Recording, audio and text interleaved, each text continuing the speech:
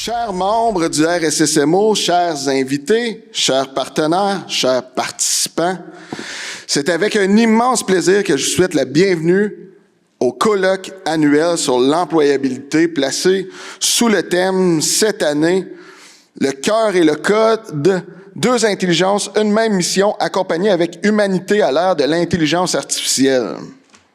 On vit dans une époque extraordinaire marquée par des avancées technologiques qui redéfinissent profondément nos métiers, nos compétences et nos façons de travailler. L'intelligence artificielle, qui a longtemps été perçue comme un concept futuriste, est aujourd'hui une réalité. Bon, ça va bien, hein? Oui, est aujourd'hui une réalité qui s'impose dans tous les secteurs. La santé, l'éducation, la finance, l'agriculture, en passant bien sûr par les ressources humaines et la formation professionnelle. Mais si l'intelligence artificielle bouleverse nos pratiques, notre quotidien, ça ouvre également des perspectives formidables. Qu'est-ce que vous en pensez? Oui? Oui, oui, tout le monde est d'accord? Je vais entendre un oui, on est d'accord. Good. Ça crée des nouveaux métiers, ça stimule l'innovation, ça invite chacun de nous à repenser la place de l'humain dans un monde automatisé. C'est justement l'objectif du colloque, et aussi d'avoir une super belle soirée puis de s'amuser avec un excellent lunch, mais il reste que l'objectif du colloque, c'est de parler de la place de l'intelligence artificielle dans nos activités, dans notre vie. C'est de réfléchir ensemble aux compétences de demain, aux enjeux éthiques et sociaux et aux stratégies d'adaptation qui permettront à chacun, jeunes diplômés, professionnels, entreprises, institutions, de saisir les opportunités qu'offre cette révolution numérique. Encore une fois, je tiens à remercier chaleureusement tous nos intervenants, experts et formateurs, partenaires qui sont ici aujourd'hui, qui ont accepté de partager leur expérience, leur vision avec nous tout au long du colloque. C'est vraiment apprécié. Je veux également vous remercier, vous, chers membres. Votre présence témoigne de notre engagement à bâtir un avenir où la technologie reste vraiment au service de l'humain et non l'inverse. Je vais vous souhaiter à chacune et chacun d'entre vous des échanges riches, inspirants et porteurs d'avenir, que ce colloque soit un moment de découverte, de collaboration et de construction collective autour d'un objectif commun, favoriser une employabilité durable et inclusive à l'ère de l'intelligence artificielle. Je vous remercie énormément d'être là. Puis, pour le fun, c'est ChatGPT qui a fait mon discours aujourd'hui. Merci. Bon colloque. Donc, bonjour tout le monde. Très heureuse d'être ici avec vous aujourd'hui. Très contente de vous voir en si grand nombre. J'ai eu peur quand même quand j'ai vu la tempête hier. Laurent, tu comprendras que je me suis dit, bon, est-ce que ça va venir? Ça peut être un événement qu'on a tellement bien préparé. Mais non, vous êtes ici. On est tous ensemble. Je suis très contente d'être avec vous aujourd'hui. Alors, chers membres, chers partenaires, chers collaborateurs, bonjour à toutes et à tous.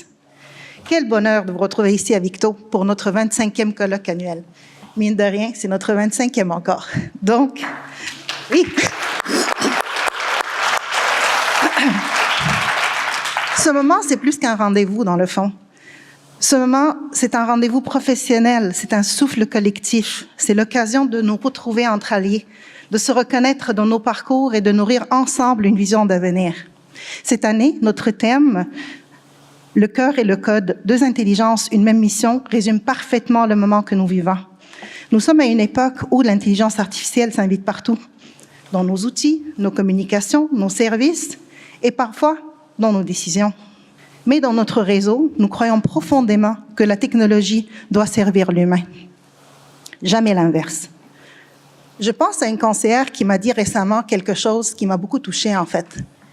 Elle m'a dit, j'ai demandé à un outil d'intelligence artificielle, je ne vais pas le nommer, de m'aider à mieux construire le plan d'action de l'une de mes participantes. L'outil a sorti un plan extrêmement intéressant et pertinent et très fort. Par contre, l'outil ne voyait pas les larmes de la participante qui était devant moi. Ça m'a extrêmement touchée personnellement, parce que cela veut tout dire. Cela veut dire tout simplement qu'aujourd'hui, il va falloir penser au cœur, le cœur qui est là parce que c'est l'intelligence humaine, c'est la relationnelle. Elle est incarnée qui est au centre de notre mission. Par contre, le code, quant à lui, il peut analyser, il peut prédire, il peut structurer. Le cœur, lui, il comprend. Donc, toute cette pensée-là s'invite dans nos discussions de plus en plus. On est à cette ère-là de qu'est-ce qu'on veut faire. Est-ce qu'on veut utiliser seulement notre cœur pour aller de l'avant, pour répondre à nos missions? Ou est-ce qu'on veut utiliser le code parce qu'il améliorera nos pratiques, parce qu'il est capable de nous aider, parce qu'il va alléger notre gestion administrative? Vous connaissez tous ce terme-là, je présume.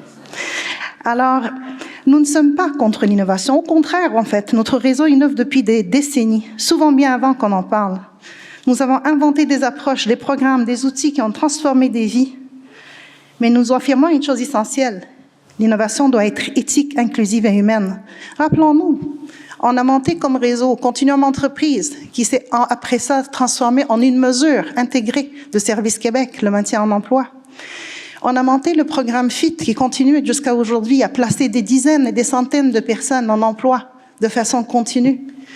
On a inventé des découvertes immersives du métier, la réalité virtuelle dans des casques. Actuellement, on a un nouveau programme. Je vais faire un petit clin d'œil au crime, avec les compétences IA au cœur de nos équipes. Donc, on est vraiment dans l'innovation. Mais est-ce qu'on n'est pas aussi pour utiliser notre intelligence personnelle, notre intelligence humaine? La posture du RSSMO en matière d'intelligence artificielle est très claire, en fait. Oui à l'IA comme allié pour mieux comprendre les tendances du marché, soutenir la prise de décision ou alléger certaines tâches. Non à une IA qui, comme substitut à l'organisation humaine, à la créativité, à l'accompagnement de proximité. Oui à une IA au service de l'équité, de la transparence et du bien commun. Mais non à une IA qui reproduit les biais ou creuse des inégalités. Alors que le gouvernement parle de productivité, nous rappelons que la véritable productivité, c'est celle qui mobilise tous les talents. Nous sommes des talents, vous êtes des talents. Les personnes que nous accompagnons sont des talents. Alors, celle qui transforme des obstacles en tremplin, celle qui permet à chaque personne de contribuer à la société selon son propre potentiel. Pourquoi? Parce que chaque personne compte. Notre réseau, nos 50 organismes engagés, des milliers de professionnels passionnés, des vies qu'on change à tous les jours. C'est ça qui nous sommes. Et dans ce monde qui accélère, notre rôle est encore plus vital que jamais. Pourquoi? Parce qu'on doit rappeler que le progrès n'a de sens que s'il est humain. Ces 2 jours de colloque sont donc une invitation à réfléchir, à débattre, à expérimenter, à imaginer comment le cœur et le code peuvent dialoguer pour bâtir un avenir juste, intelligent et solidaire, à faire entendre la voix de notre réseau, une voix lucide mais profondément confiante, celle d'un réseau qui croit que la technologie peut être une alliée à condition qu'elle reste guidée par nous les personnes, nous les humains. Je vous souhaite un colloque vibrant, riche en idées, en émotions. Merci d'être ici, merci d'être vous. Merci à nos commanditaires, la Fondation Lucien-André Chagnon, au ministère de l'Emploi et de la Sécurité sociale et à la CNESST qui ont contribué à cet événement. Mais surtout, merci d'être vous. Merci d'être les belles personnes que vous êtes. Merci d'accompagner des gens dans la réalisation de leurs rêves. Et merci de continuer à garder la mission. Merci de continuer chaque jour à mettre du cœur dans le code. Merci beaucoup.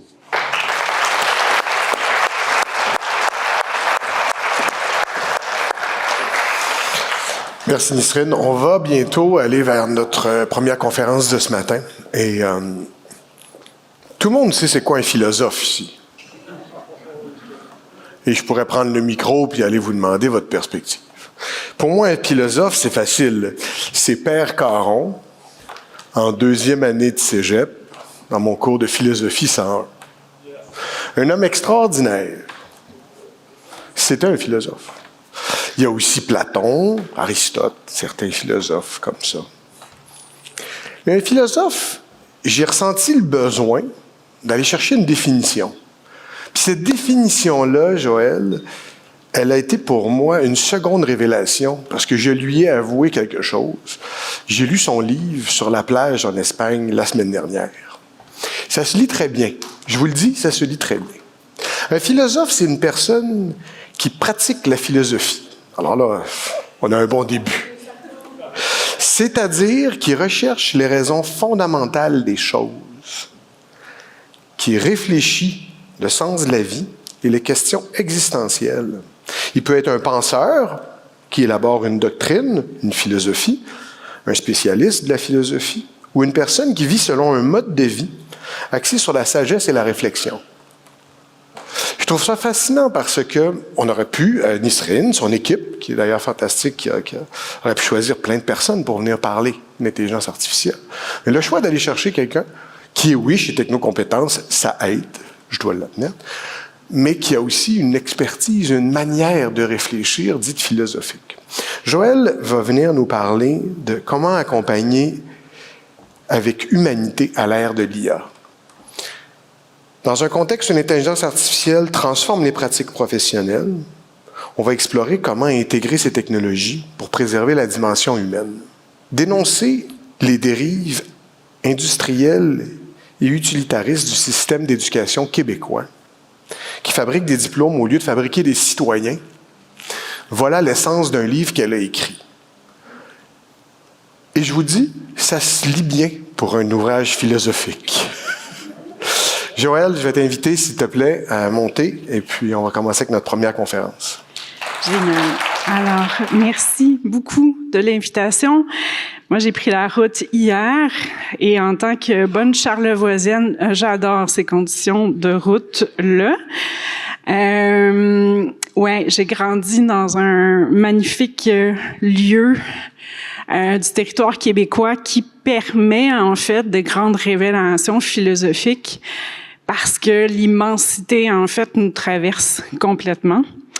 Et ça, je le dois à ma famille, qui est une famille très, très simple. Et oui, j'accepte très bien la comparaison avec Père Caron ou toute autre personne que vous avez vue dans votre parcours à vous, au collégial, parce que j'ai enseigné pendant 17 ans au collégial. Ouais, ça trahit un peu mon âge. J'ai sorti très tôt. J'ai eu la chance de sortir très tôt de l'université et de pouvoir tout de suite commencer, même avant d'avoir fini mon mémoire qui portait sur l'éducation, d'où le livre par la suite. J'ai pu commencer à enseigner. Et c'est là où ce que j'ai vu que j'aimais beaucoup ça, être là où ce que je suis ce matin. C'est-à-dire de réfléchir chez moi, en moi, à qu'est-ce qui est en train de se passer, pour ensuite de ça aller transmettre ces grands questionnements-là. Donc, il y a quelques mois à peine, j'étais dans un lieu privilégié et séculaire pour faire ce que je m'apprête à faire devant vous aujourd'hui. En effet, j'étais prof de philo à temps plein et tous mes cours avaient un angle, une note, une touche technologique. J'ai été engagée chez Technocompétences il y a de ça bientôt 18 mois comme conseillère stratégique et éthique, un poste complètement sur mesure parce que la direction générale de l'époque jugeait qu'il y avait un angle mort finalement au sein de la compréhension de l'apport des technologies dans notre monde actuel. Depuis bientôt 7 mois, je suis directrice générale par intérim de Technocompétences. Et depuis janvier 2025, ça s'arrête jamais, mes affaires, je suis chargée de cours en éthique appliquée à Polytechnique Montréal. Donc, éthique appliquée qui est un cours obligatoire, en fait, pour les ingénieurs aujourd'hui, depuis la commission Charbonneau. Ouais, j'aime ça, faire ça. Je m'intéresse à la technologie et à ses enjeux depuis une bonne dizaine d'années, non pas en tant que technophobe, mais bien pour voir comment et surtout pourquoi la philosophie se désintéresse du numérique. J'ai vite compris que si je voulais faire de la philosophie au 21e siècle, je devais suivre la trace de la tradition et de Père Caron et de m'intéresser au réel. Thibaut Prévost, que vous voyez la citation ici à l'écran. Est-ce que vous voyez bien? Le contraste, est-tu bon? Moi, sur mon écran, il est bon, mais bref. Thibaut Prévost a publié un livre qui s'appelle « Les prophètes de l'IA » l'an dernier, en fait, et il se place directement là où ce que j'aime faire de la philo, c'est-à-dire le poids des mots. Ils nous permettent, les mots, d'appréhender le réel avec précision. Quand on n'est plus en mesure de nommer notre monde, ce n'est pas uniquement un problème de vocabulaire. Ça touchera nécessairement le pouvoir unique que nous avons tous, nous les êtres humains, soit celui de prendre des décisions librement. Dans le monde de la technologie, on utilise un imaginaire précis et des images immatérielles pour parler des innovations. Or, c'est maintenant presque une blague que de rappeler que les gens les plus puissants dans la big tech ont trouvé leur inspiration dans la science-fiction entre les années 1950 et 80. Tout y est déjà. Si vous avez suivi les Jetsons, si vous avez été fan de Star Trek ou de Star Wars, tout y est déjà. Le métavers, l'auto autonome, des assistants personnels, tout est là. De plus, les ingénieurs de la Silicon Valley puisent dans le récit et le mythe religieux pour pousser leur agenda. D'un côté, on a les utopistes et de l'autre, on a les pessimistes. Dans les deux cas, l'IA viendra remplacer le monde et nous sommes pris dans un univers de fascination qui nous empêche de saisir réalistement de quoi il en retourne.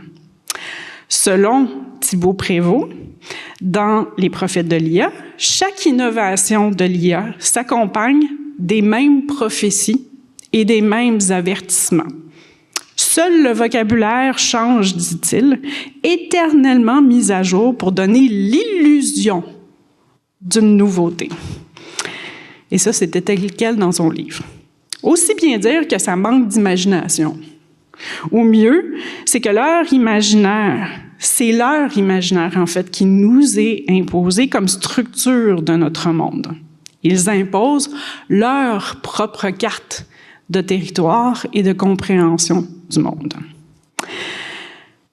Ce que je souhaite souligner ici, et qui provient peut-être de la science-fiction, c'est que notre fascination pour les nouvelles technologies, et en particulier pour l'IA, nous empêche d'avoir une vision plus large, non seulement de l'impact de leur utilisation, mais aussi de la transformation, voire de la métamorphose, qui pourrait constituer l'avenir raisonnable et responsable de la technologie. En suivant ce parcours que je vous propose aujourd'hui, nous allons pouvoir reconnaître les opportunités d'utiliser et d'adopter des systèmes d'IA, mais aussi nous allons valoriser ce que nous sommes en tant qu'êtres humains. Est-ce que ça va jusqu'à présent? Il n'y a personne qui saigne du cerveau? Ça va? OK, super. Génial. Alors, la question de ce colloque est de voir ensemble ce qui est possible d'adopter dans le vaste panorama des outils d'IA dans un contexte communautaire. Vous avez reçu de la documentation afin que je ne tombe pas dans les vieux principes des conférences de philosophie, soit toute la partie de définition des termes. Cependant, je dois planter le décor. À main levée, oui, je vais vous faire participer. À main levée, qui parmi vous utilise les réseaux sociaux ou est sur les médias sociaux? Bravo! Moi aussi, d'ailleurs. Saviez-vous qu'il y a de l'IA dans l'algorithme? Puis que votre algorithme est différent pour chacun de vous et modulé selon chacun de vos usages? Et de chacun de vous, où se place en fait votre regard sur l'écran. Ça va jusque-là. Qui parmi vous a déjà utilisé ChatGPT, Copilot, Claude, Gemini ou DeepL? Yeah! J'ai vu votre réponse de sondage, hein? Cachez-vous pas. Qui parmi vous a un compte Netflix ou Crave ou Disney+? Savez-vous qu'il y avait un algorithme de recommandation? Et savez-vous pourquoi il est là?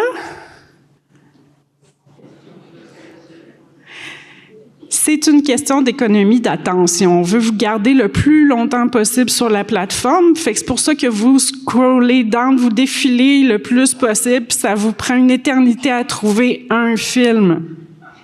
Tout ça est pensé d'avance. C'est ce qu'on appelle conçu par design, en fait. Qui texte ses amis sans utiliser la fonction d'écriture automatique? Vous savez les 3 choix qu'il y a en bas? Sans l'utiliser. Ah, il y a quelques résistants, je vous félicite. Moi, j'ai pas été capable. Puis, il fait en sorte qu'il me fait faire des fautes à chaque fois, je me relis pas. Je vais vous reposer une autre question un petit peu plus tard, mais je veux pas brûler mes punchs encore. Ce petit exercice est pour vous démontrer que l'IA est déjà dans nos vies depuis déjà plusieurs années. Donc, il n'est pas question d'une arrivée récente de l'IA, au contraire. J'aurais pu parler de la reconnaissance faciale avec votre iPhone, en fait. Ça aussi, c'est de l'IA. Ce qui est tendancieux à l'heure actuelle, c'est que depuis 2022, soit depuis l'arrivée de ChatGPT dans nos vies, nous avons tous vécu ce que les sociologues et les philosophes contemporains appellent une accélération. C'est un phénomène, en fait, sociologique hautement en plein cœur des recherches, en fait, des sociologues. J'y reviens. Cette accélération s'est fondée sur un projet et une vision du monde bien précise qui s'est imposée. Par la fascination de la nouveauté, certains se sont gardés de l'essayer, voire même de l'implémenter. Des données récentes démontrent que le Canada est en queue de peloton au sujet de l'adoption de l'IA, et cela est dû, entre autres, à un manque de réglementation de son utilisation, dit le même sondage. Cependant, cela ne veut pas dire que l'IA ne soit pas utilisée à tous les jours par des employés, par des dirigeants, sans que personne ne le sache.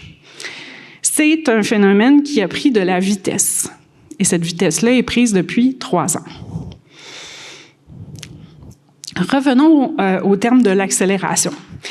Le dernier, en fait, philosophe et sociologue qui en a si bien parlé et que ses livres sont tout à fait digestes, je vous le recommande, c'est Hartmut Rosa, qui traite de la question de l'accélération dans ses travaux en fonction de rendre le monde, dit-il, plus disponible. Donc, le projet, en fait, de la modernité, selon Hartmut Rosa, c'est de rendre le monde plus disponible. Qu'est-ce que ça veut dire, rendre le monde plus disponible? Il y a 4 dimensions de la disponibilité du monde à l'écran. C'est-à-dire, rendre le monde plus visible, plus accessible, plus maîtrisable et plus utilisable. Ça vous rappelle-tu quelque chose? Super. Alors, je cite Hartmut Rosa, il dit « La modernité est culturellement portée et structurellement posée à rendre le monde en tout point de vue calculable, maîtrisable, prévisible et disponible. Par la connaissance scientifique, la maîtrise technique, le pilotage politique et l'efficacité économique. Ce qui nous entraîne dans un paradoxe, nous dit-il, et ce paradoxe-là s'appelle la famine temporelle. C'est que sous la promesse de gain de temps, donc délester du temps pour faire des choses à plus grande valeur ajoutée, au final, on se retrouve avec une perte de temps. Puis qu'on est toujours en train de courir après notre temps, jour, après semaine, après mois, après année. C'est ça le phénomène de famine temporelle, finalement. Une des promesses fortes de l'IA, c'est de nous dégager justement du temps, des tâches que l'on peut automatiser afin de préserver les tâches à forte valeur ajoutée pour l'humain. Je pose la question, à quel prix? Si dans la relation d'aide, vous êtes confronté aux cas les plus complexes, sans répit, dans des tâches qui ne vous demandent pas toute votre humanité, est-ce vraiment là un avancement pour vous, pour votre travail, pour votre bien-être au travail? Attention, je ne suis pas contre l'automatisation, mais pas à tout prix. Je dirais avec parcimonie. Un exemple heureux d'automatisation puis de bonne utilisation de l'intelligence artificielle, c'est celui du réseau sur l'itinérance l'an dernier, qui, lors de son colloque annuel, a pu, grâce à l'intelligence artificielle, faire un manifeste sur l'itinérance au Québec en franchement moins de temps que ça aurait pris à faire des allers-retours entre toutes les parties prenantes qui étaient là lors de ce colloque-là. Ainsi, il faut savoir déterminer ce qui vaut la peine dans notre organisation et ce qui pourrait être un bon déploiement, en fait, d'un système d'IA. Regardons les fameux billets. Donc, regardons comment cela se répercute, en fait, dans l'IA et notre façon de l'utiliser. Personne dans cette salle n'est dupe. Enfin, je le pense, tout le monde sait que l'IA ne réfléchit pas, n'analyse pas, ne prend aucune décision, ne reconnaît pas un chat, un feu de circulation, ni votre visage. Reconnaître, c'est pas ça. Pas être capable de dire « ceci est un chat », c'est pas ça. Ces opérations sont possibles à travers des entraînements massifs sur des bases de données phénoménales et sont des résultats de calculs probabilistes. Je m'arrête ici pour que ça soit très clair. Le langage humain a une part de mathématiques, mais ce n'est pas l'entièreté du langage humain qui l'est mathématique. C'est un vieux et immense débat en philosophie et pour être honnête, je dois le dire où je loge. D'ailleurs, pour la petite histoire, dans l'Académie de Platon, c'était écrit sur le fronton « Nul n'entre ici s'il n'est géomètre ». Fin de la parenthèse. Ce qui m'intéresse ici, puis c'était pas écrit dans mes notes, je m'en suis souvenu. Ce qui m'intéresse ici, c'est la posture de l'utilisateur. Comment il se positionne devant un agent conversationnel de son choix et ce qu'il attend de lui. Cette posture n'est pas sans rappeler l'histoire des vieux Grecs, en fait, qui allaient voir les devins et les oracles. On allait voir les oracles pour se faire dire, en fait, ce qu'il fallait faire puis ce qu'il fallait pas faire. Mais sauf que les oracles, ils parlaient en symboles puis en signes. Donc, il fallait décoder leur langage. OK? Mais le problème dans tout ça, c'est que l'intelligence humaine, ce qu'elle veut avoir, c'est l'heure juste, ici et maintenant. Je dois-tu y aller ou je dois pas y aller? Et c'est la même chose qui se reproduit devant l'intelligence artificielle. On le sait, il pense pas, il réfléchit pas, il analyse pas, ce n'est que des calculs probabilistes d'un mot qui devrait suivre l'autre, etc., etc. Mais nous, en tant qu'utilisateurs, on reçoit l'information de la même manière que devant un devin ou un oracle, c'est-à-dire, ben voilà, c'est clair, c'est évident, je dois aller à droite et non pas à gauche. Parce que, pourquoi? Parce que c'est écrit sans faute. Parce que c'est une longue, plus ou moins longue réponse qui nous est donnée en quelques secondes, en un claquement de doigts, finalement. Donc, on est fasciné. Alors que tous les spécialistes nous disent « Oui, mais tu sais, il faut lui reposer la question, il faut prendre un pas de recul. » Tout ça, on le fait pas. On le fait tout simplement pas. Donc, cette histoire-là de devin est quand même assez intéressante parce qu'elle nous ramène au cœur même de notre intelligence. Et ça nous ramène dans le premier billet, en fait, qui est gros comme ça devant l'intelligence artificielle, c'est-à-dire le billet de confirmation. Vous posez une question à l'IA, elle vous donne une seule réponse probabiliste et nous ajoutons que nous devons poursuivre nos recherches, que ça pourrait être erroné et tout ça, mais peu de gens le font. Pourquoi? Parce que cette réponse-là, bien formulée, sans erreur, est convaincante. Ça vient nous conforter dans notre billet de confirmation. Voilà. Surtout quand on ne connaît absolument rien sur le sujet. Un autre philosophe Un de mes anciens professeurs à l'université, lui, il était cool, par exemple.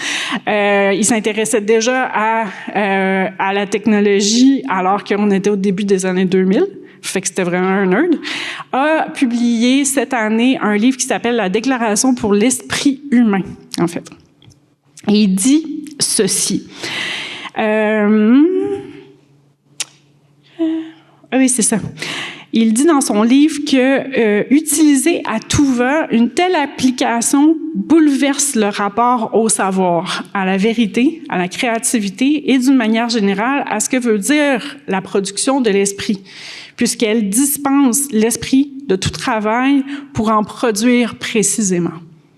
Donc, si on laisse l'intelligence artificielle faire ce qui nous définit, nous, en tant qu'êtres humains, c'est-à-dire poser des questions, user de langage et, pire que tout, prendre des décisions, on est en train de se délester de notre humanité au profit d'une machine. C'est ça l'affaire. Puis l'économie de l'attention, en fait, je vais y revenir dans mes autres diapositives. Connaissez-vous la valeur de vos données? C'est une bonne question à poser en ce jour de tempête. On est passé, en fait, dans les dernières années, à une économie qu'on appelait le capitalisme de surveillance, donc les données de chacun des individus qui sont sur Internet permettaient en fait ce capitalisme-là de surveillance. Donc c'est vraiment un fondement théorique. Vos données, mes données, nos données sont le nouveau pétrole en fait du 21e siècle. Mais ça le fait en sorte de migrer certains théoriciens vers ce qu'on appelle le néo-féodalisme. Oui, c'est ça, je l'ai bien dit. Le néo-féodalisme. Et là, je suis pas assez ferrée pour vous en expliquer la teneur ce matin. Mais on est dans cette mouvance-là. Dans les hautes sphères de la philosophie puis des économistes, en fait, on ferait passer du capitalisme de surveillance au néo-féodalisme. Donc, c'est-à-dire que qui possède vos données, mes données, ce sont quelques grands seigneurs qui les possèdent et ils les revendent à fort prix, en fait, pour vous redonner de la publicité. D'ailleurs, sur ChatGPT, sur OpenAI, il y a de la publicité et tout ça. Alors, pour les géants de la technologie, vous êtes une source considérable d'argent grâce à vos données. Personne n'est humain. Nous sommes une source de revenus. Lorsque vous ajoutez la science de l'attention à ce tableau, vous voyez le système qui se met en place dans notre monde depuis des années. Mais alors, est-ce que la solution serait de ne pas adopter l'IA? Ce serait facile. On passe notre tour et on se concentre sur d'autres aspects plus importants et primordiaux de notre vie puis de nos organisations.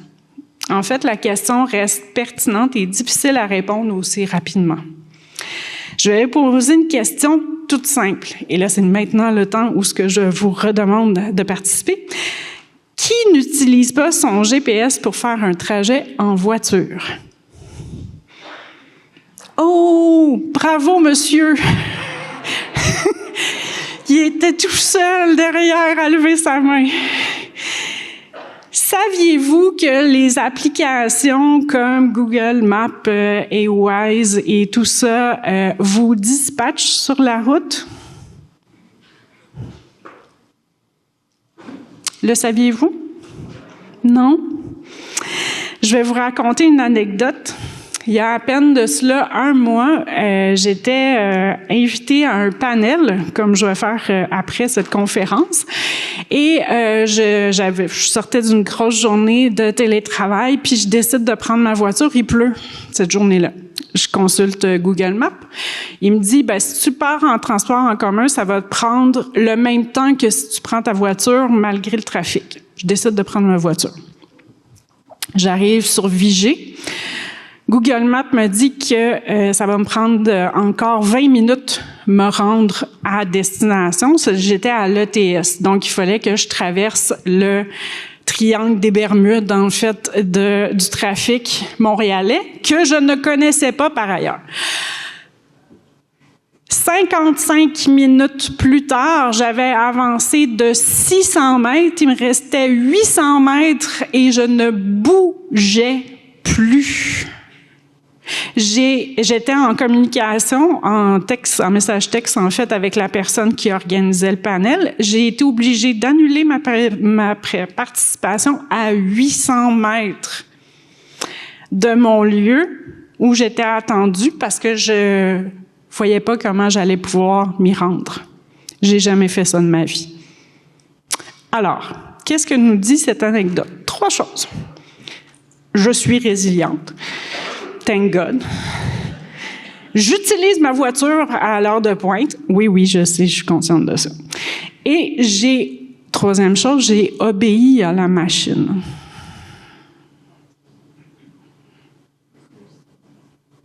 J'ai suivi ce que Google Maps me dit de faire. Tout bonnement. Voilà où nous avons progressivement laissé de côté notre pouvoir de choisir, de percevoir les aspects de notre existence, qui nous permet de saisir ce qui se passe et de faire des choix. L'obéissance à la machine est une conséquence directe de l'absence de régulation dans un monde du numérique. On le sait, on le constate, et on reproduit la même chose avec l'IA et surtout avec ChatGPT qui devient maintenant un réseau social, un endroit où vous pouvez tout faire, surtout parce qu'il faut passer plus de temps possible là. Alors, que nous reste-t-il? 4 questions, pardon. Première question, sommes-nous démunis face à l'IA? La réponse est non. Il faut juste choisir le bon cadrage.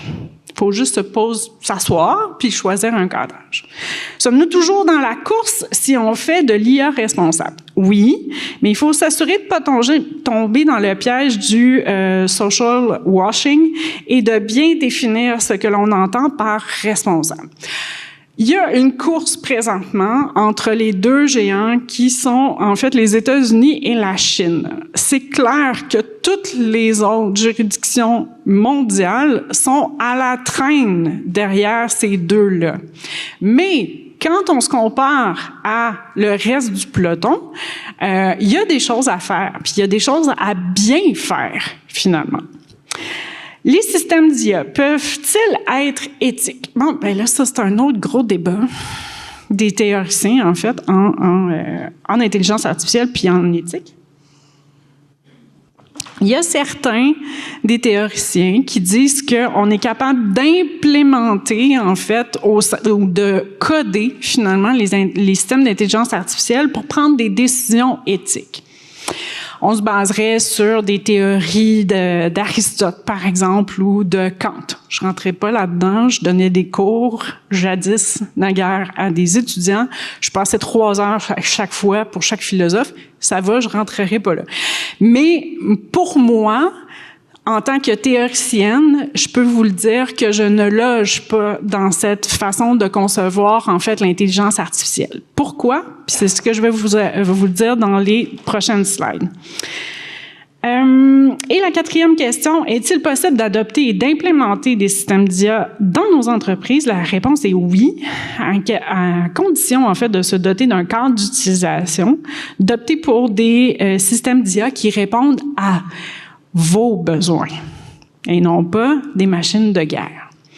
Alors, qu'est-ce que vient faire l'éthique là-dedans? Je laisse peut-être croire que je fais un détour en vous parlant d'éthique, mais au fond, il est question d'éthique depuis le début de cette conférence.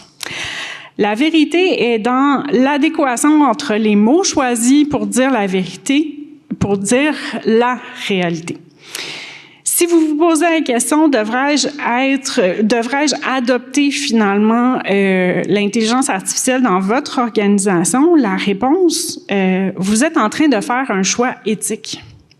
Vous obéissez aussi, je reprends parce que là, j'avais un punch, puis je viens de le rater complètement. Ouais, c'est ça. Alors, si vous vous posez la question, devrais-je adopter une IA sans savoir ce qui est derrière l'écran? Qu'est-ce qui est derrière? Qu'est-ce qui est au cœur de la machine, en fait? Puisque nous laisse voir ce cœur de la machine-là, vous n'êtes pas en train de faire un choix éthique, c'est-à-dire un choix libre. Vous obéissez à une norme sociale. Vous obéissez à la fascination, faire partie de la vague et tout ça. Il en résulte, finalement, que l'éthique dans le domaine des technologies, quand on parle des géants du web aux États-Unis, l'éthique est vue comme un pansement, comme ce qui vient après avoir implémenté des choses. Et l'IA est considérée comme, justement, un simple pansement, traitant exclusivement des impacts et des conséquences des technologies. Mais l'éthique, c'est bien plus que cela. Aristote, dont je parlais tout à l'heure, parle de l'éthique des vertus, une éthique qui fait un grand retour aujourd'hui, alors en essayant justement de l'implémenter dans les systèmes d'IA. L'importance, en fait, de l'éthique aujourd'hui des technologies, c'est justement quelle est la science de ce qui devrait être. C'est une posture, en fait, intellectuelle qui nous permet de plonger dans l'incertitude qui est ce qui est à venir. Puis de nous aider à dire, est-ce que je choisis A ou son contraire, non A? Et donc, on est capable de faire des grands bonds en avant en se posant la question 360, c'est quoi les impacts de la solution A? C'est quoi les impacts de la solution non A? C'est quoi les principes qui soutiennent finalement l'un ou l'autre? Qu'est-ce que pourrait nous répondre quelqu'un qui aurait choisi la solution inverse de nous? Puis, qu'est-ce que ça peut nous aider, en fait, à mitiguer, finalement, la solution qu'on a choisie afin de s'assurer que toutes les parties prenantes ne soient pas laissées pour compte. Ça, c'est une grille de réflexion éthique. Ça demande justement de l'expérience morale, puis ça demande du vécu. Mais ça demande du temps. Ça ne peut pas être implémenté, en fait, dans une machine. Mark Yunandi dit ceci, « Une éthique de l'esprit humain doit mettre le système au service de l'humain et de ses capacités, justement, infinies. » Un autre de mes anciens profs à l'université que j'aimais beaucoup, qui est décédé aujourd'hui, Jean-François de Mattei, disait ceci au sujet de l'éthique biomédicale. Il disait « Le but de l'éthique est de trouver une solution la plus adaptée à une situation nouvelle. » En d'autres termes, l'éthique jongle avec l'incertitude et avec l'avenir. C'est une activité humaine ambitieuse dans un monde d'une grande complexité. En l'absence de toute régulation face à l'innovation, l'éthique est donc nécessaire. Les questions d'éthique et sociale exigent une vision politique et un engagement. L'éthique est donc notre dernier recours face à des situations imprévues. C'est le seul moyen de remettre de l'ordre dans nos pensées lorsque le tourbillon du changement nous égare. Elle nous mobilise. Émettre l'hypothèse qu'il serait possible de créer un modèle probabiliste impose une vision réductrice, justement, de la réalité. Ce que l'IA nous ramène, c'est de savoir ce que ça veut dire être humain. Ce n'est pas avoir des réponses, c'est d'avoir des questions et d'apprendre à vivre avec elles. Les machines ne peuvent pas faire ça pour nous, pas maintenant, jamais, en fait. J'avance un petit peu rapidement. Je vous ai laissé la citation, en fait, de Kate Crawford, qui est une éminente, en fait, philosophe qui s'intéresse à l'intelligence artificielle, qui a travaillé chez Microsoft, en fait, pendant 20 ans, facilement. Elle a écrit un livre, il y a quelques années, qui a été traduit en français, qui s'appelle « Le non-classe de l'intelligence artificielle ». Et cette citation-là vient de son plus récent texte qui s'intitule « The Slop AI ». Je ne sais pas si vous avez remarqué depuis quelques semaines, en fait, ce qu'on retrouve sur Internet et sur les réseaux sociaux est de plus en plus de mauvais goût et de plus en plus une espèce de bouillie informe dans lesquels on a de la misère à déceler, en fait, le bon grain de l'ivraie et dans lesquels on perd de plus en plus notre temps, finalement. Ce qu'elle évoque, en fait, dans son texte, c'est plusieurs choses quand même assez alarmantes, mais surtout, elle a ce constat, mais elle a une solution, c'est-à-dire un modèle alternatif. Et c'est là le cœur de mon propos ce matin, c'est de vous dire qu'il y a une alternative aux géants du web présentement, puis aux géants de l'intelligence artificielle que vous avez tous dans vos soit dans vos téléphones ou dans vos ordinateurs qui sont connectés à Microsoft, c'est-à-dire copilote de ce monde, il est implanté par défaut, puis là on ne sait plus quoi faire avec ça. Il y a des alternatives à ça. Et voici ce qu'elle dit, je la cite. De telles alternatives exigeraient une transformation fondamentale des dispositifs techniques et économiques existants. Système énergétique alternatif, je vous rappelle, elle est australienne, mais elle vit aux États-Unis, donc c'est le charbon qui règne. Nous, avec notre hydroélectricité, on fait quand même bonne figure.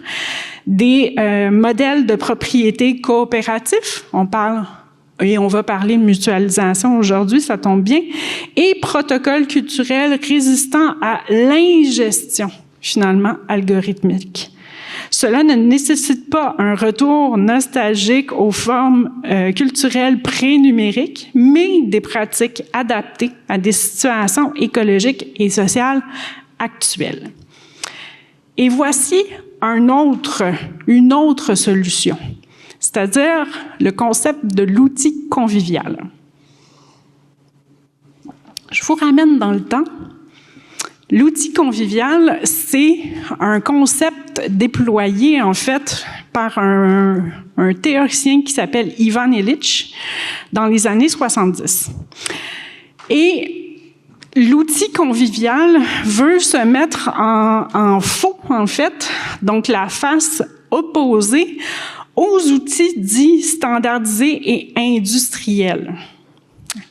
Il disait, entre autres choses, que seul l'outil convivial s'avère conducteur de sens et traducteur d'intentionnalité. Illich propose cette idée qui permet à son utilisateur d'exercer son autonomie. L'autonomie, c'est la capacité de choisir et sa créativité humaine.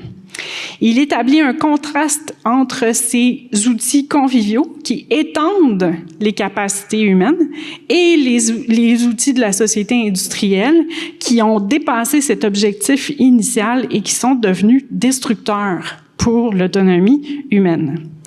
Il suggère donc, pour maintenir une relation ou une dynamique saine avec un outil, celui-ci doit répondre à ces trois exigences-là. Donc, il doit être générateur d'efficience sans dégrader l'autonomie personnelle. Il ne doit pas susciter ni esclave ni maître, donc on ne doit pas obéir à Google Maps. Et il doit élargir notre rayon d'action personnelle. Alors, j'arrive à la conclusion. Quelles sont les bonnes pratiques, vous me direz? Bien, les bonnes pratiques, elles existent déjà. Elles existent déjà beaucoup plus qu'en germe. Il y a eu une recension depuis l'avènement de ChatGPT de plusieurs chartes éthiques et principes ou normes d'utilisation de l'intelligence artificielle qui ne cessent en fait de se déployer à travers le monde. Et cette recension-là a pu permettre en fait de faire ressortir les valeurs et les principes récurrents. Puis ces valeurs et principes-là sont très simples. C'est la transparence, c'est la confiance, c'est la protection de la vie privée, puis c'est surtout la clarté et la sécurité. Les bonnes pratiques, en fait, sont faciles et concrètes. C'est tout à fait juste. Puis là, je veux aller un petit peu plus vite, puis je voulais juste pas faire tout ça. Ah oui, c'est ça. Les bonnes pratiques sont faciles et concrètes et il ne faut pas oublier qu'il est possible qu'on n'en ait pas besoin d'un large modèle de langage, qu'on n'ait pas besoin d'un agent conversationnel pour nos usagers ou nos membres. Il se peut qu'un bon vieux modèle d'automatisation pour certaines tâches bien récurrentes vous aiderait à déployer, en fait, vos modèles organisationnels. Et c'est ça, ce pas de côté-là, que j'en appelle finalement à être attentif à se laisser happer par la voie de côté, finalement. Ça vous coûterait franchement moins cher. Voilà. Puis, il faut faire attention à la famine temporelle parce que sous prétexte, en fait, de vous donner encore plus de temps, ça se peut qu'on vous en enlève de plus en plus. C'est ça. Alors, conclusion. La spécificité humaine et de son intelligence est qu'elle épouse la créativité de la nature. C'est aussi apprendre à être libre, ou si vous préférez, à faire des choix autonomes, dans le but de choisir dans la contrainte. Nous l'avons vu dans la présente conférence, lorsqu'on parle de nous, les humains, dans le monde de la technologie, on parle de nous en termes de données, et non en termes de sujets libres. On parle des humains, non plus comme des sujets, mais comme des sujets de données. Cette translation dans les termes leur permet, en fait, des glissements dans la façon de traiter la notion d'humain. En 2025, l'adoption de l'IA n'est pas un choix libre pour les organisations, les travailleurs et nous. C'est une obligation. Ce qui nous est demandé actuellement en tant qu'individu, c'est d'accepter d'entrer dans la course, de prendre la vitesse sans dire un mot sur ce qui nous est proposé. Ce que j'ai tenté de faire dans cette conférence, c'est de nommer les phénomènes tels qu'ils sont. En redonnant le sens aux mots, on passe d'un état de spectateur fasciné ou en désarroi à un état de lucidité. En tentant de nommer le réel tel qu'il est, j'ai tenté de faire de l'ordre dans le chaos apparent.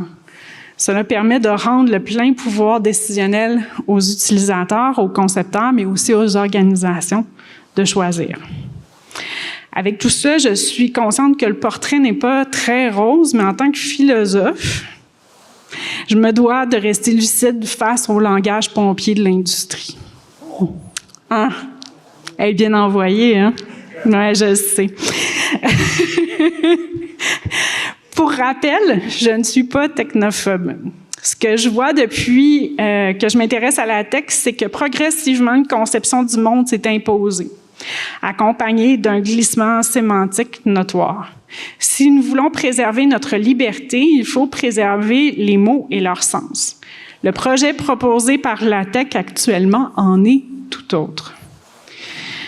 Si on souhaite passer d'un horizon bouché ou d'un avenir conçu par certains et imposé, il nous faut changer de posture collectivement. Si l'on veut préserver la démocratie, il faut préserver cet espace public vital pour le vivre ensemble. Il nous faut, selon Michel Puech, passer d'une culture d'ingénieur à une culture de jardinier. Il s'agit pour moi de nous permettre de ne pas renoncer au vivant, au secret, à la convivialité du monde sous prétexte que l'existence est plus simple lorsque tout glisse, tout passe et rien ne dure comme sur un écran. Il n'est pas question de rivaliser avec l'économie de l'attention. Il est question de savoir comment créer l'avenir, comment le permettre afin que l'humain évolue en tout respect de sa potentialité et de sa dignité. Merci beaucoup.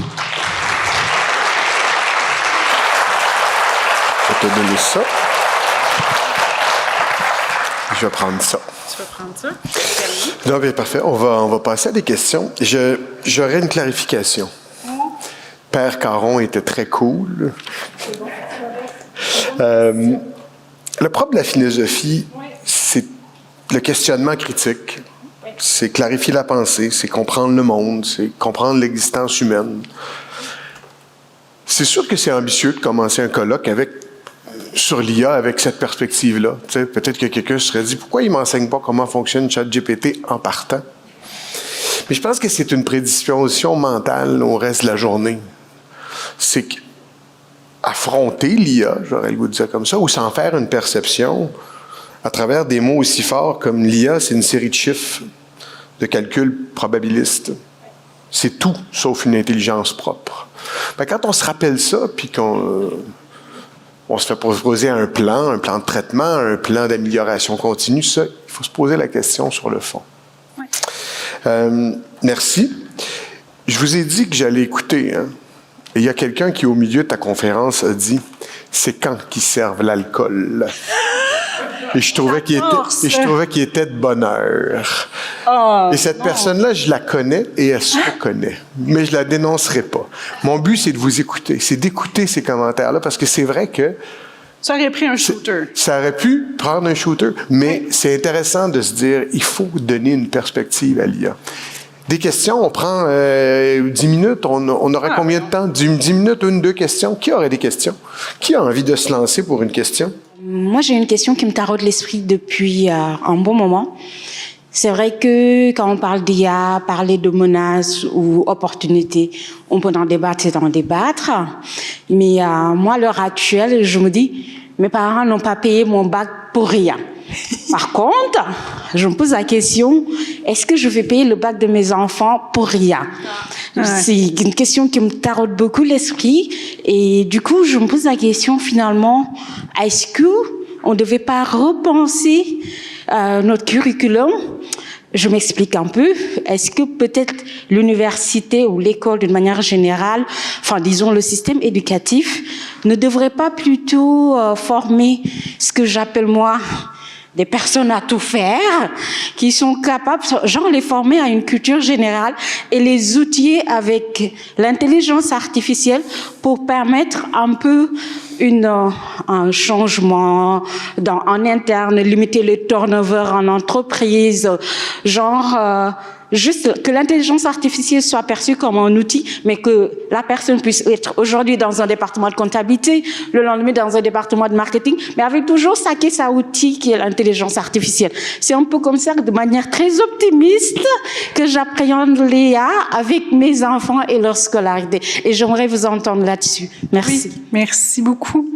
Alors, pour faire un court résumé de mon livre, et mon Dieu que j'haïs ça, cette introduction-là, de cette manière-là. Mais c'était un plaidoyer, en fait, mon livre sur l'inéducation, le système industriel de l'éducation au Québec. C'était un plaidoyer pour la culture générale. C'était un plaidoyer pour ce qu'on appelle l'esprit critique. Ce qui se passe présentement dans le système d'éducation, on va dire occidentale, c'est que la vision, en fait, à l'entrée et la sortie fait de ce système éducationnel-là un système industrialisant. C'est-à-dire qu'on voit le diplôme, puis on voit les personnes qui passent à travers le système, en fait, comme des marchandises. Et donc, quand on revient au cœur du projet éducatif, c'est-à-dire de permettre, en fait, la nature humaine chez chacun des individus de se déployer au sein d'une société, ce qui est au cœur de tout ça, c'est la dignité humaine qui a conclu ma présentation, mais c'est l'esprit critique, veut pas, puis c'est l'autonomie aussi. Donc, plus on surspécialise nos jeunes, et plus on les handicape pour leur avenir, finalement. Le dire simplement, c'est comme ça. Bonjour. Bonjour. Je voudrais poser une question sur la frontière entre l'IA et l'éthique. Parce que dans votre intervention, oui, vous avez dit que l'IA est un outil technologique qui se réfère à des données, à des algorithmes. Et quand on parle d'éthique, on parle de valeurs humaines. Oui. Ça ramène au pourquoi, à quel prix. Donc moi, je voudrais savoir à quel moment une innovation en intelligence artificielle cesse d'être un progrès pour devenir un risque éthique? Excellente question, merci beaucoup. L'outil en tant que tel, donc permettez-moi ce raccourci-là, mais le système d'IA en tant que tel ne pourra jamais être éthique, ne pourra jamais rendre des réponses éthiques. Pourquoi? Parce que pour être éthique, donc pour être dans le champ de l'éthique, pour prendre des décisions qui sont dites éthiques en vertu du bien, du mal, des valeurs, etc., d'une situation bien précise et surtout excessivement complexe parce que cette situation actuelle ne reviendra jamais. Elle est particulière, elle est singulière, elle ne reviendra jamais. Ça prend, en fait, un corps. Ça prend une chair. Ça demande à être incarné comme prise de décision. Et la machine n'a pas d'empathie, ne sait pas c'est quoi les impacts que ça pourrait avoir sur d'autres êtres humains. Ce n'est que des calculs. Ça, c'est une première chose. Deuxième chose. On pourrait penser qu'on pourrait coder en fonction de certaines valeurs bien précises, mais en faisant ça, on reproduit finalement des préjugés, on reproduit des biais. Donc, la machine fait, comme si on pourrait dire, du mimétisme, c'est-à-dire de la copie. Elle ne prend pas de décision, elle ne fait que répéter, elle ne fait que copier. Et quand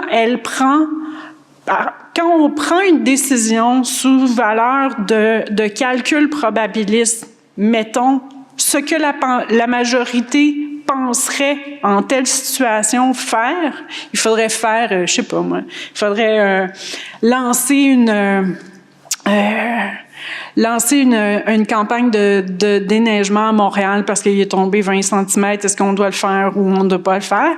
Mais si on dit la majorité pense qu'il faudrait le faire, c'est un problème, en fait, en argumentaire. On appelle ça l'appel à la majorité. Ça ne veut pas dire que c'est bien.